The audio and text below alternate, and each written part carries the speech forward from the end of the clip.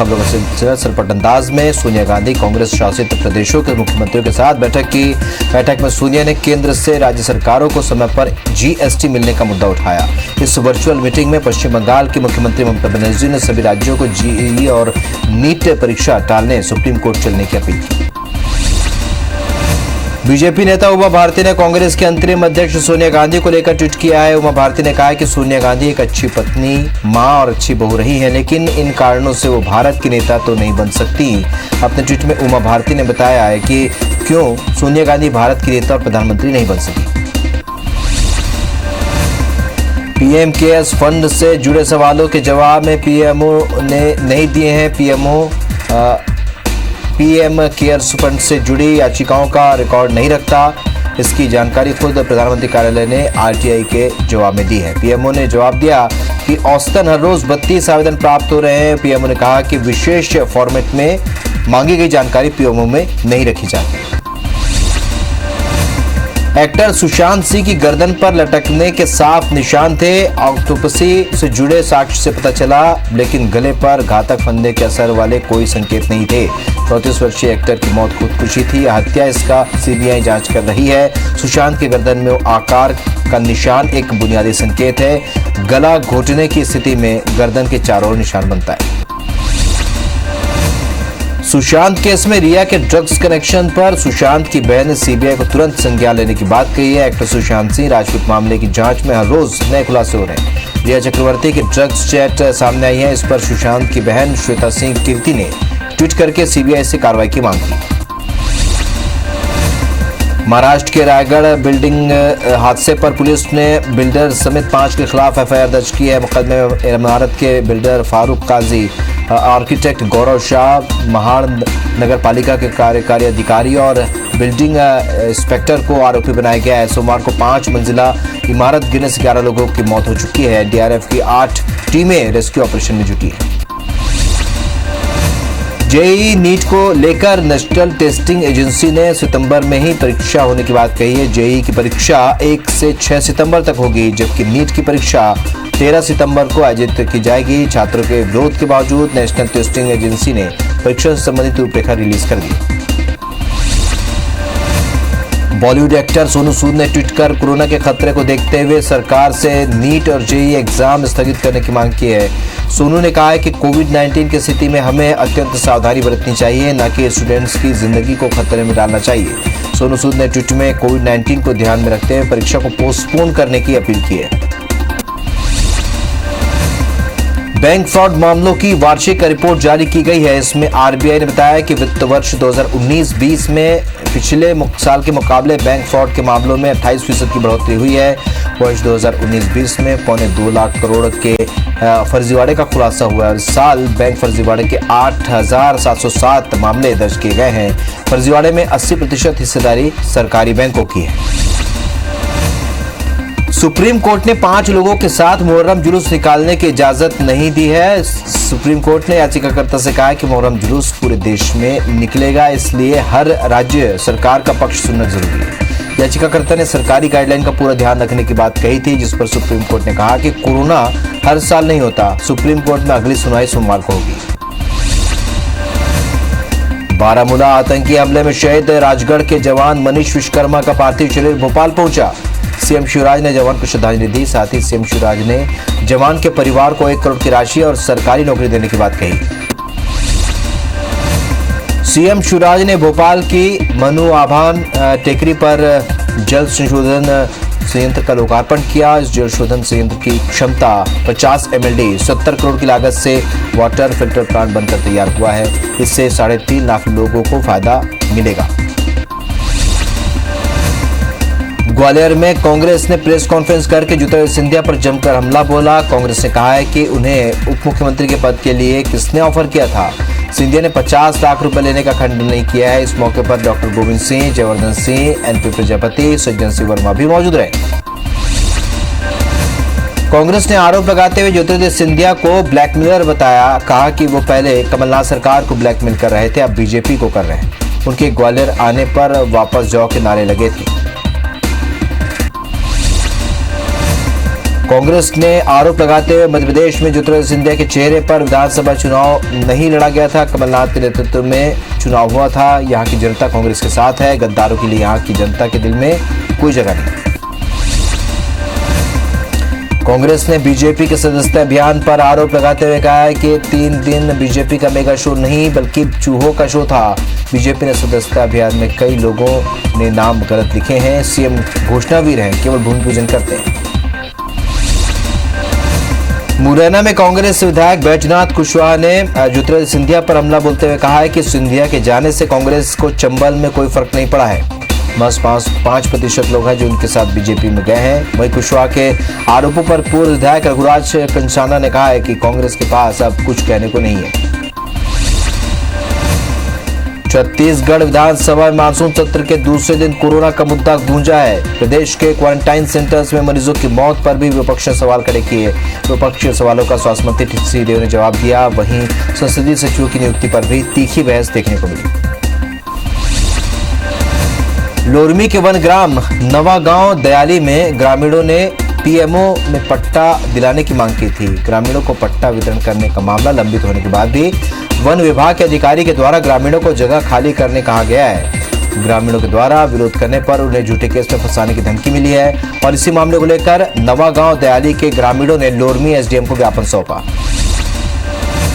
मध्य प्रदेश के सतना में अमरपाटन में किसानों ने धरना प्रदर्शन किया। खाद की किल्लत को लेकर किसानों ने नेशनल हाईवे को जाम कर दिया। सड़क पर धरने पर बैठे किसानों ने खाद की कालाबाजारी का आरोप लगाया। इधर नरसिंहपुर में यूरिया के आवंटन पर सचिन यादव ने बीजेपी नेताओं के संरक्षण में कालाबाजारी का आरोप लगाया। नरसिंहपुर में हुए यूरिया आवंटन पर सचिन यादव ने बयान जारी कर सवाल उठाए हैं। सचिन ने बीजेपी नेताओं के संरक्षण में कालाबाजारी का आरोप लगाया। उन्होंने बीजेपी को किसान विरोधी बताया। 22 लोगों को 900 मीट्रिक टन यूरिया आवंटित करने की बात पर उन्होंने कहा कि किसान परेशान है और नेता कालाबाजारी करें। सूदखोरों से परेशान छत्तीसगढ़ के बसना के किसान बेदलाल साव ने राज्यपाल से इच्छा मृत्यु की मांग की है। पैसे लौटाने के बाद भी सूदखोरों ने उनका ट्रैक्टर बेच डाला। किसान मुख्यमंत्री से भी गुहार लगा चुके हैं।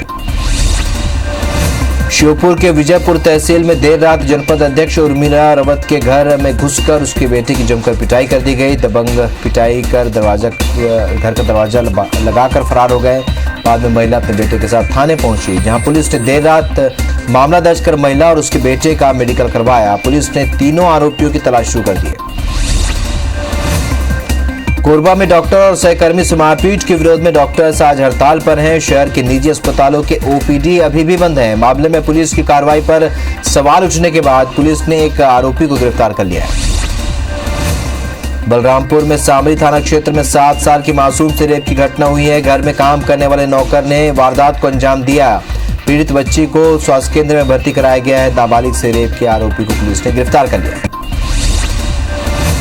बस्तर जिले में निर्माणाधीन एनएमडीसी के स्टील प्लांट के नाम पर 12 पीड़ित सामने आए। सभी को एनएमडीसी में नौकरी दिलाने के नाम पर 7-7 लाख रुपए की ठगी कर ली गई।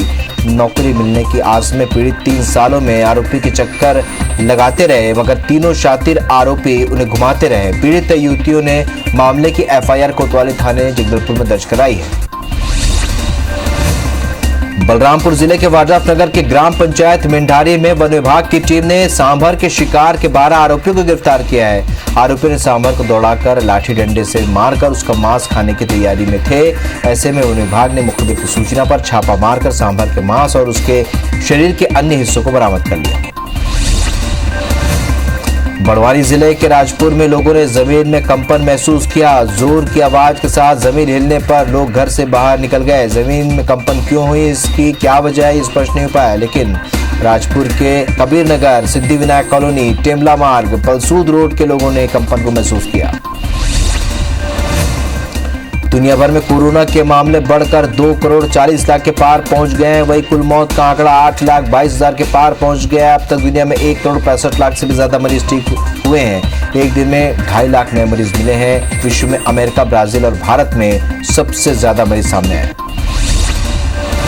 देश में कोरोना के कुल पॉजिटिव केस 32.5 लाख के पार पहुंच गए हैं। देश में अब तक लगभग 24.5 लाख से भी ज्यादा कोरोना मरीज ठीक हो चुके हैं। वहीं कोरोना से देश में 59,000 से भी ज्यादा लोगों की मौत हुई है।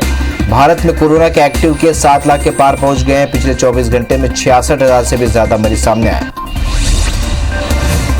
मध्य प्रदेश में कोरोना के आज 1379 मरीज मिले हैं। मध्य प्रदेश में अब तक 55,814 मरीज मिल चुके हैं और आज 19 कोरोना संक्रमितों की मौत भी हुई है।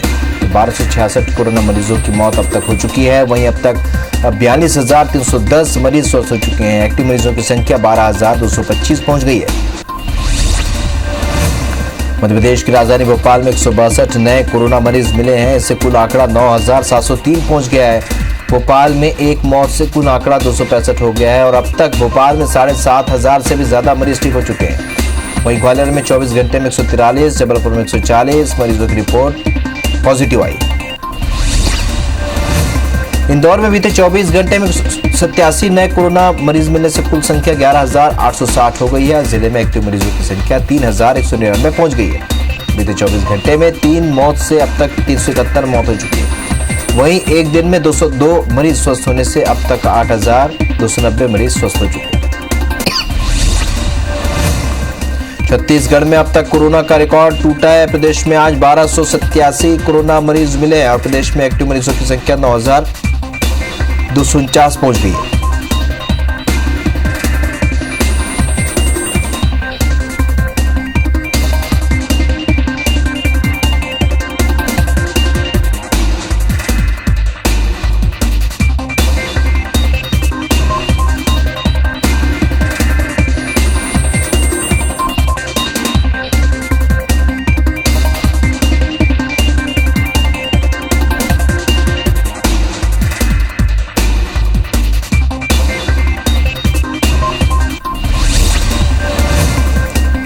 कवर्धा में कोरोना से पहली मौत हुई है और मरीज को महाराजपुर के कोविड सेंटर में उसका इलाज चल रहा था। मृतक सहसपुर लोहारा ब्लॉक के दारगांव का है। 3 अगस्त को पॉजिटिव आने के बाद कोविड सेंटर में उसका इलाज चल रहा था। सोमवार की रात मरीज ने दम तोड़ दिया। कवर्धा में कोरोना संक्रमितों का आंकड़ा 313 हो गया है, जिनमें से 224 ठीक हो चुके हैं। बिलासपुर में कोरोना के 72 नए मरीज मिले हैं। वहीं एक मरीज की मौत हुई है। नए मरीजों में 44 शहरी और 28 ग्रामीण क्षेत्र के हैं। इससे पीसीसी अध्यक्ष अटल श्रीवास्तव की भी रिपोर्ट पॉजिटिव आई है। श्रीवास्तव कई कार्यक्रमों में शामिल रहे हैं। इसके अलावा सिम्स के 2 डॉक्टर, अपोलो के 3 कर्मचारी सहित आरपीएफ बैरक के 4 जवानों की कोरोना रिपोर्ट पॉजिटिव आई। नंद कुमार साय को कोरोना हो गया है। बीजेपी नेता और पूर्व सांसद नंद कुमार साय की रिपोर्ट पॉजिटिव आई है। साय ने सोशल मीडिया पर खुद से जानकारी दी है। साय ने उनके संपर्क में आए लोगों को जांच करवाने की अपील की। छत्तीसगढ़ के कृषि मंत्री रविंद्र चौबे ने कहा है कि आगामी दिनों में प्रदेश में कोरोना के चौंकाने वाले आंकड़े सामने आएंगे। साथ ही मंत्री ने कहा है कि सरकार धरावी और दिल्ली मॉडल पर काम कर रही है। टेस्टिंग क्षमता बढ़ाई गई है। मंत्री ने कोरोना नियंत्रण पर भी दावा किया है। झाबुआ के बाढ़ कुआ ग्राम के क्वारंटाइन सेंटर में उस समय हंगामा मच गया जब डॉक्टर, नर्सों और मेडिकल स्टाफ ने सेंटर में भर्ती कोरोना संक्रमित मरीजों पर अभद्रता का आरोप लगाया। Civil surgeon doctor BS Baghel को स्टाफ ने आवेदन सौंपकर अभद्रता करने वाले मरीजों पर कार्रवाई की मांग की। रायपुर के सेजबार हाउसिंग बोर्ड कॉलोनी के घर के आगे खेल रहे 2 मासूम संदिग्ध हालत में घायल पाए गए। स्थानीय लोग किसी अज्ञात जानवर द्वारा काटे जाने की आशंका जता रहे हैं। मनीष पटेल के 3 साल के बच्चे और मेघनाथ को मंडल के 4 साल के बच्चे के सर पर एक जैसे ही चोट के निशान मिले हैं, लेकिन आसपास कोई जानवर नहीं दिखने से स्थानीय लोगों में दहशत का माहौल है। गुरु घासीदास विश्वविद्यालय से बीए LLB कोर्स में प्रवेश पर छात्रों की रिट याचिका बिलासपुर हाईकोर्ट ने खारिज कर दी है। बता दें कि यूनिवर्सिटी ने LLB में एडमिशन के लिए आवेदन मंगवाए थे। विश्वविद्यालय ने अंतिम तारीख निकलने जाने के बाद छात्रों को प्रवेश देने से मना कर दिया था। बस्तर में शांति स्थापित करने के लिए प्रयासरत स्वयंसेवी संस्था CG नेट स्वरा ने जनमत सर्वेक्षण किया है। नक्सल हिंसा का समाधान जानने फोन पर गोंडी और हल्बी में किया जा रहा है। ये देश का पहला जनमत संग्रह है। स्थानीय बोलियों और भाषाओं में सर्वेक्षण किया गया है। केंद्रीय चिड़ियाघर प्राधिकरण ने कानन पेंडारी जू को मीडियम जू की मान्यता दे दी है, जिसे जू प्रबंधन को ये मान्यता 2 साल के लिए मिली है। कानन पेंडारी को मीडियम जू में अपग्रेड करने की कवायद चल रही है, लेकिन मापदंड पूरा नहीं होने से मान्यता नहीं मिल रही। छत्तीसगढ़ में रायपुर में मंगलवार की रात से बारिश का सिलसिला जारी है। मौसम विभाग ने रायपुर संभाग में भीषण बारिश होने की बात कही है। इसके अलावा आज दुर्ग, बिलासपुर और सरगुजा संभाग में भी भारी बारिश होने की संभावना है। बता दें कि छत्तीसगढ़ में अब तक 940 मिलीमीटर बारिश हो चुकी है। राज्य का नया सरकारी विमान भोपाल पहुंच गया है। विमान की कीमत 45 करोड़ है, जबकि कस्टम ड्यूटी, IGST और GST चुकाने के बाद विमान की कीमत 60 करोड़ है। विमान का सौदा कांग्रेस शासनकाल में हुआ था। विमान USA की कंपनी टेक्सटॉन एविएशन से खरीदा गया है। विमान एक बार उड़ान भरने पर 3000 किलोमीटर का सफर तय कर सकता है। छत्तीसगढ़ के बिलासपुर से जल्द हवाई सेवा शुरू होगी। राजधानी बिलासपुर से मध्य प्रदेश के भोपाल के बीच फ्लाइट चलेगी। भारत सरकार की कंपनी अलायंस एयर इस रूट पर विमान उड़ाएगी। बिलासपुर सांसद अरुण साव ने इस मामले में जानकारी दी।